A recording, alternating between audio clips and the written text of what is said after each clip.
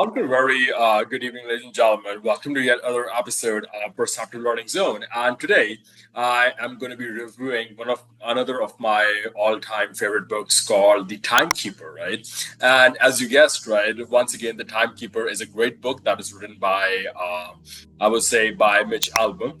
And when I first read the title of this book called The Timekeeper, and then I read the blurb on the back cover, which said that man alone, and I quote, man alone measures time, man alone charts the hour, and because of this, man alone suffers a paralyzing fear that no other creature endures, a fear of time running out, unquote.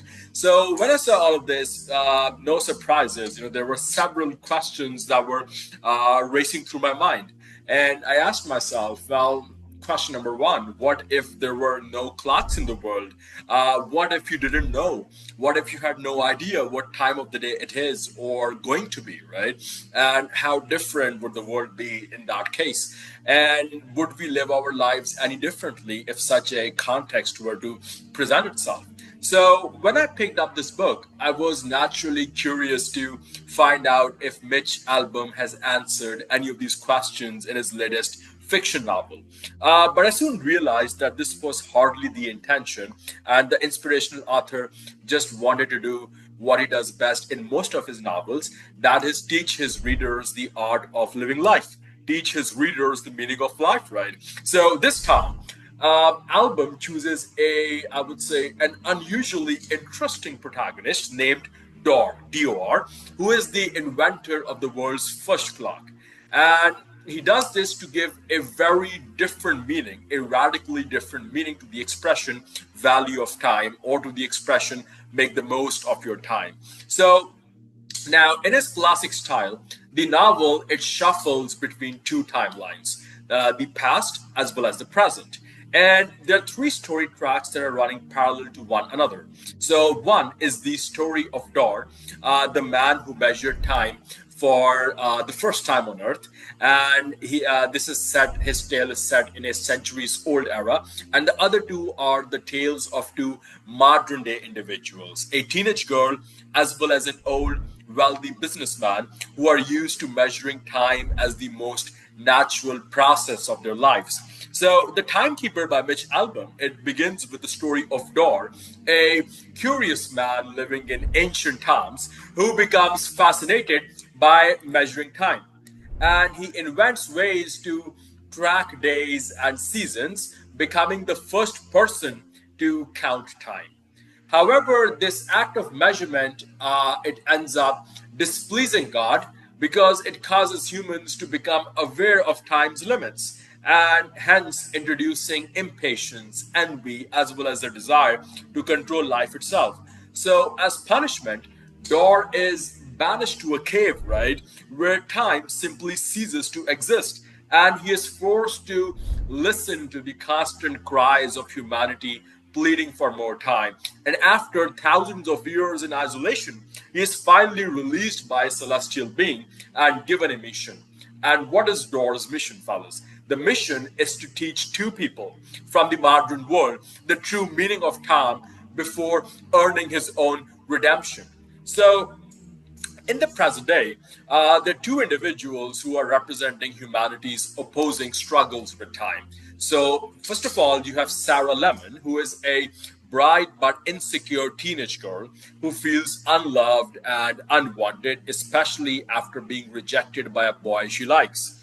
And her despair drives her to consider ending her life. On the other hand, you have Victor Delamont, who is a wealthy businessman nearing death, and he refuses to accept his mortality and seeks to use his wealth in order to have his body cryogenically frozen so that he can live again in the future.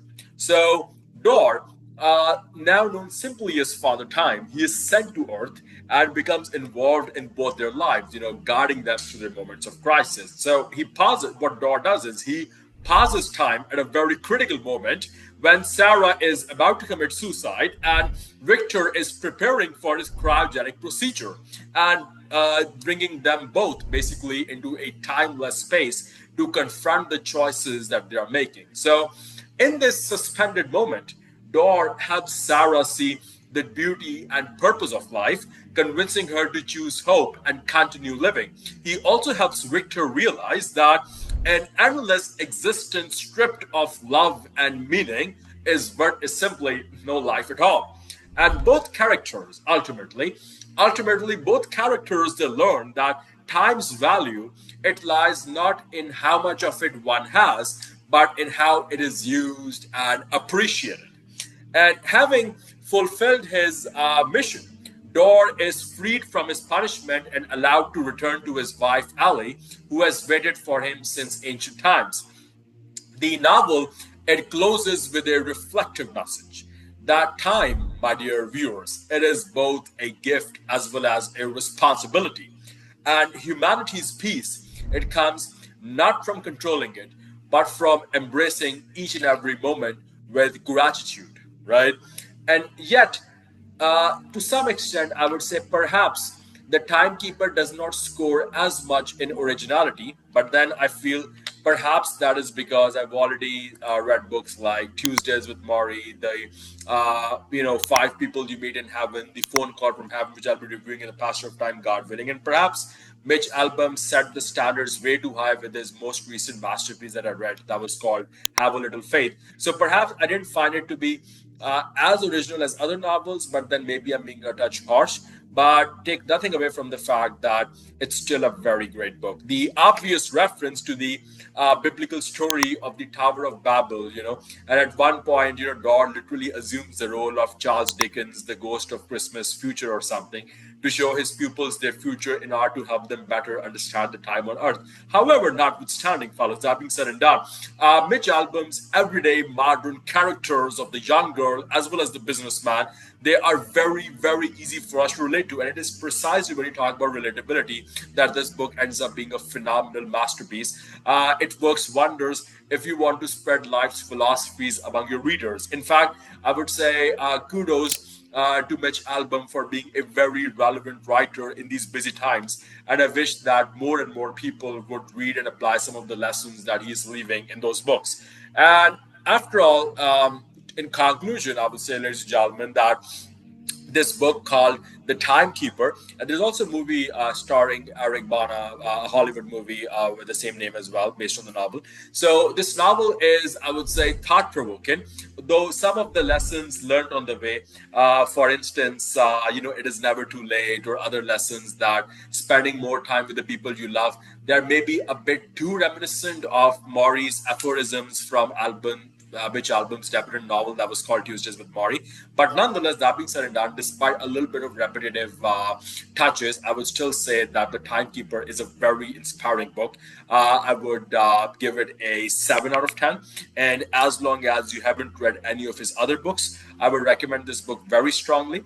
And in the end, I feel you end up wondering that why did God limit man's days on earth? Right, but then again, that's the thing, right? I mean, if everything was immortal and we were to live forever, right, perhaps we wouldn't value what we have. Perhaps we would take it a lot more for granted. And if history has taught us one thing, that is that human beings do have a propensity for taking the blessings conferred upon them by God Almighty for granted, right? So the timekeeper teaches us that time is fleeing and everything is finite. That perfect body, that perfect health, that perfect job, that perfect business, it won't last forever. So we got to make the most out of it, and we shouldn't be so hooked up with where we want to be that we forget to make the most out of where we currently are. So that'll be all for now, fellas. Thank you very much for being a great audience as always.